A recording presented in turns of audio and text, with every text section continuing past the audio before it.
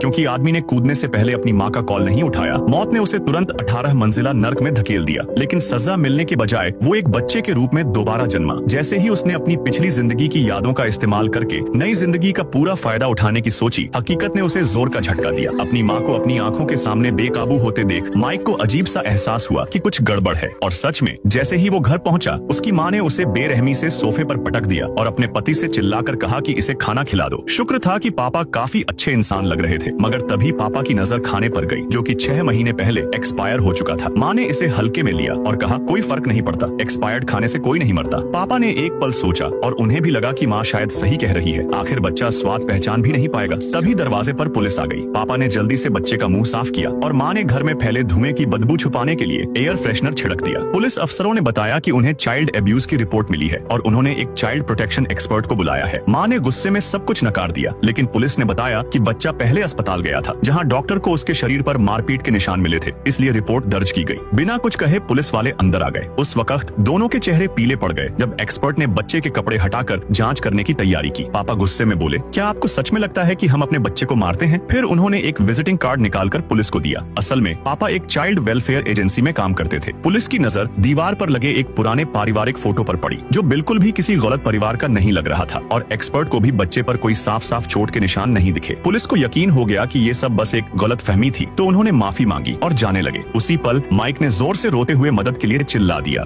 आदमी कुछ बोलकर मदद मांगना चाहता था, लेकिन उसके मुंह से बस जोर जोर से रोने की आवाज आ रही थी। पुलिस ने ये देखा तो हंसते हुए कहा, बच्चा बड़ा तंदुरुस्त है। फिर निश्चिंत होकर चले गए। लेकिन बच्चे का रोना उसकी माँ को और गुस्से में ले आया। गुस्से में आकर उसने उसे जोर से जमीन पर पटक दिया। माँ का गुस्सा अब पूरी तरह से काबू से बाहर हो चुका था। खुद की नाकामी का दोष वो अपने बच्चे पर डाल रही थी, जैसे बच्चा ही उसकी सारी परेशानियों की जड़ हो। जैसे बच्चा ना होता तो उसकी जिंदगी आसान हो जाती। ये कैसी सोच थी? जब उस आदमी को दोबारा होश आया तो उसने खुद को नर्क के दरवाजे के सामने खड़ा पाया। वो बहुत गुस्से में था। उसने बोला, दुनिया में ऐसे माँ बाप होते ही क्यों हैं? लेकिन उसकी ये बात सुनकर मौत की देवी हंस पड़ी। अरे पहले जब तूने खुद इमारत से छलांग लगाई थी तब तो मौत से कोई फर्क नहीं पड़ता था, अब क्यों जीना चाहता है? तूने अपनी मर्जी से मरने का फैसला किया, लेकिन उस मासूम बच्चे के पास तो कोई विकल्प ही नहीं था। इस दुनिया में बहुत से लोग अपनी मर्जी के खिलाफ हालात से जूझते हैं। मौत की देवी ने बताया कि उसे 12 बार नया जीवन मिलेगा, लेकिन हर बार उसे ऐसी ही परिस्थितियों में मरना होगा। अगर एक बार भी वो जिंदा रहने में कामयाब रहा तो वो उस शरीर का असली मालिक बन सकता है और जी सकता है, वरना उसे नर्क जाना होगा। बच्चे के रूप में उसका पहला मौका वो पहले ही गंवा चुका था। मौत की देवी ने बिना रुके ट्रिगर दबा दिया। जब उसे दोबारा होश आया तो उसने खुद को 10,000 मीटर ऊंचाई से गिरते हुए पाया। सबसे बड़ी मुसीबत ये थी कि उसके पास पैराशूट भी नहीं था। ये तो पिछले जन्म से भी खतरनाक था। डर के मारे उसकी सांसें तेज हो गई। तभी आसमान में एक चमकती हुई क्रिस्टल दिखाई दी, जो सीधे उसके दिमाग में समा गई। ये क्रिस्टल उस शरीर के असली मालिक की यादें थी। उसे याद आया कि वो बचपन से ही एक्सट्रीम स्पोर्ट्स का दीवाना था और हर तरह के वर्ल्ड रिकॉर्ड तोड़ने के पीछे पागल था। और इस बार का चैलेंज था बिना पैराशूट के 10,000 मीटर से फ्री फॉल करना और सुरक्षित नेट पर उतरना। अगर वो ये कर लेता तो उसे 50 अरब का इनाम मिलने वाला था। पूरा कोरिया इस स्टंट को लाइव देख रहा था। यादें वापस आते ही उसे उस शरीर की सारी स्किल्स मिल गई और जब 50 अरब उसके सामने थे तो उसकी जीने की इच्छा भी कई गुना बढ़ गई। 30 अरब जिंदगी की कीमत। आखिरकार वो नेट पर उतर गया। दर्शकों की धड़कनें जो रुकी हुई थीं, अब हमेशा के लिए थम गई।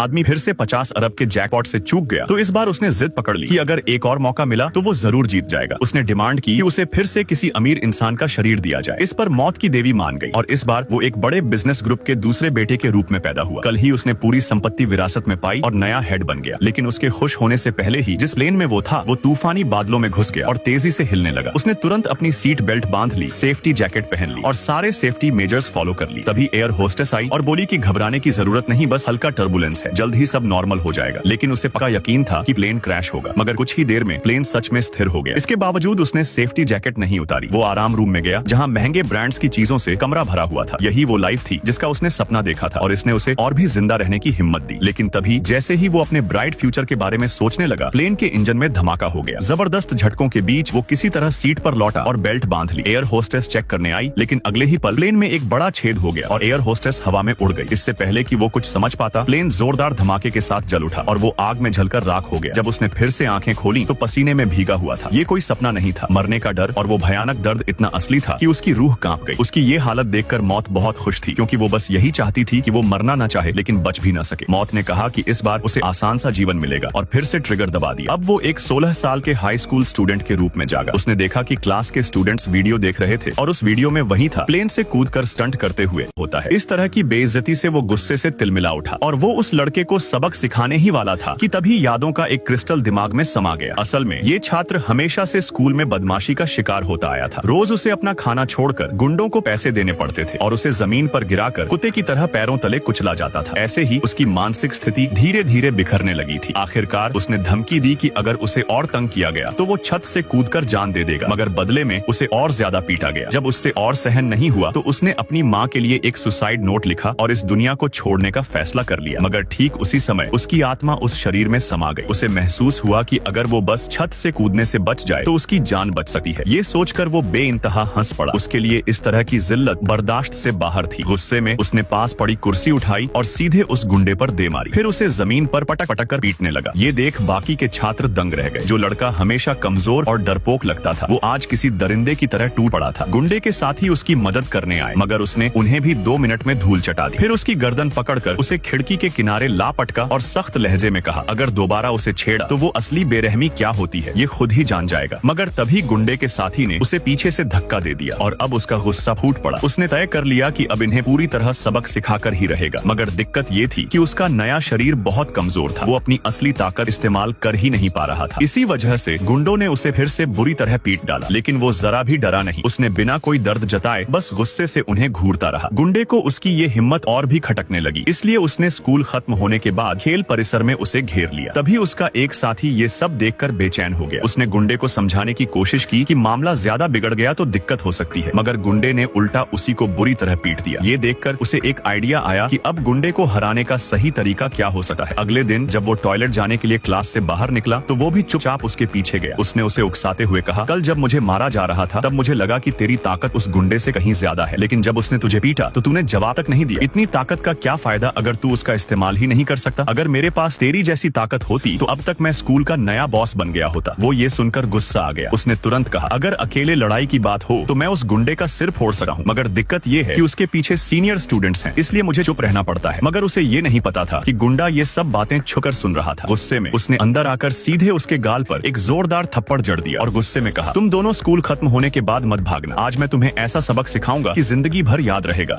आदमी को यहीं टिके रहना था ताकि मौत की देवी उसे किसी और बुरी जगह न भेज दे। तभी लड़का जल्दी से उसके पीछे भागा और बोला कि उसके पास स्कूल के गुंडे से निपटने का तरीका है, लेकिन शर्त ये है कि वो इसमें दखल न दे। उसी दोपहर उसने अपना प्लान शुरू किया। लड़का बस सूप पी रहा था, तभी वो गुंडा उसके पास आ गया और बोला, सूप कितना स्वादिष्ट है कि पूरा मुंह उसमें घुसेड़ लिया। अरे कितनी गंदी आदत है, चल तू खाता रहे निकम्मे। तभी लड़का बोल रुको और वो उसके पास गया। फिर उसने पूरा सूप उसके ऊपर डाल दिया। लड़का बोला, स्वादिष्ट है, कितना स्वादिष्ट है कि पूरा शरीर उसी में लपेट लिया। तू खाता रहे, मैं चलता हूँ। गुंडा गुस्से से पागल हो गया और तुरंत अपने आदमी को आदेश दिया कि उसे पकड़ कर लाए, लेकिन उसके साथी ने न सिर्फ उसकी बात अनसुनी कर दी बल्कि दूसरे साथी को भी रोक दिया और लगातार उसकी बेइज्जती करता रहा। पूरा कैंटीन उसकी बेइज्जती देखने लगा और जब उसे एहसास हुआ कि कोई उसकी मदद नहीं करेगा तो वो शर्मिंदगी में भाग खड़ा हुआ। फिर उसने सीनियर क्लास के गुंडों को बुलाया ताकि अपनी इज्जत वापस पा सके। एक झुंड बदमाशों ने डंडे लेकर उसकी क्लास में एंटी साफे एंट्री मारी, लेकिन वो आराम से बैठकर कॉमिक्स पढ़ रहा था। सीनियर गुंडों को लगा कि उसके साथी ने उनके जूनियर को पीटा है। वो कुछ करने ही वाले थे कि उन्हें पता चला कि असली मास्टरमाइंड तो वो कमजोर दिखने वाला लड़का है। ऐसे गुंडों के लिए सबसे जरूरी चीज होती है इज्जत। जब उन्हें पता चला कि उनका आदमी एक कमजोर से पिट गया तो उन्हें अपनी बेइज्जती महसूस हुई। उन्होंने तुरंत वहाँ से निकलने का फैसला किया और जाते जाते स्कूल के गुंडे को अपनी गैंग से निकाल दिया। साथ ही सख्त हिदायत दी कि अब से वो उनका नाम भी न ले। स्कूल का गुंडा पूरी तरह अपमानित हो गया। गुस्से में उसने बदला लेने की सोची, लेकिन इससे पहले कि वो कुछ कर पाता उसके ही साथी ने उसे एक थप्पड़ में हवा में उड़ा दिया। इस घटना के बाद स्कूल का गुंडा सभी के लिए मजाक बन गया। अब वो खुद बुली का शिकार हो गया। उसकी गर्लफ्रेंड ने उसे छोड़कर किसी और के साथ चले जाने का फैसला कर लिया और लोग उसी का मजाक उड़ाने लगे। ये लगातार मिलती बेइज्जती उसे पूरी तरह तोड़ चुकी थी और अब उसने भी महसूस किया कि कमजोर लोगों के साथ क्या होता है। उधर लड़के ने अपनी आगे की जिंदगी की प्लानिंग शुरू कर दी। सबसे पहले अपनी याददाश्त के दम पर टॉप कॉलेज में एडमिशन लेना, फिर प्लास्टिक सर्जरी कराकर स्मार्ट बनना और किसी इंटरव्यूअर महिला बॉस को फंसाकर बड़ा आदमी बन जाना। लेकिन तभी उसके ख्यालों में खलल पड़ गई। अचानक एक बड़ा ट्रक उसकी तरफ आ गया, लेकिन ड्राइवर ने समय पर ब्रेक लगाकर उसे बचा लिया। वो अभी तक सदमे में ही था कि अचानक किसी ने उसके सिर पर ईंट दे मारी। जब उसने पीछे मुड़कर देखा तो सामने वही कमजोर बना स्कूल का गुंडा खड़ा था। अपमान और दर्द से पागल होकर उसने उसके सिर पर ईंट से हमला कर दिया, जब तक कि उसका सिर बुरी तरह फट न गया। अगले ही पल उसकी आंखें खुली, वो फिर मर गया था। ये चौथी बार था जब उसकी मौत हुई और हर बार उसकी मौत बहुत दर्दनाक हुई थी। अब तो उसका दिमाग भी जवाब देने लगा था। उसे लगने लगा कि मौत खुद उसे तड़पा रही है। गुस्से में वो मौत की देवी को गालियां देने लगा, लेकिन तभी मौत ने उसकी गर्दन अपने पैरों से दबा दी और ठंडे लहजे में चेतावनी दी, अगर दोबारा ऐसी बातें की तो तुझे सीधा नर्क में फेंक दूंगी, जहाँ से कभी बाहर नहीं आ पाएगा। ये सुनकर लड़का समझ गया कि यहाँ अकड़ दिखाने से काम नहीं चलेगा। उसने तुरंत गिड़गिड़ाना शुरू कर दिया और कहा, प्लीज इस बार मुझे एक ऐसा शरीर दो जो ताकतवर भी हो और दिमागदार भी। लेकिन मौत ने कोई जवाब नहीं दिया। उसने बस बंदूक निकाली और ट्रिगर दबा दिया।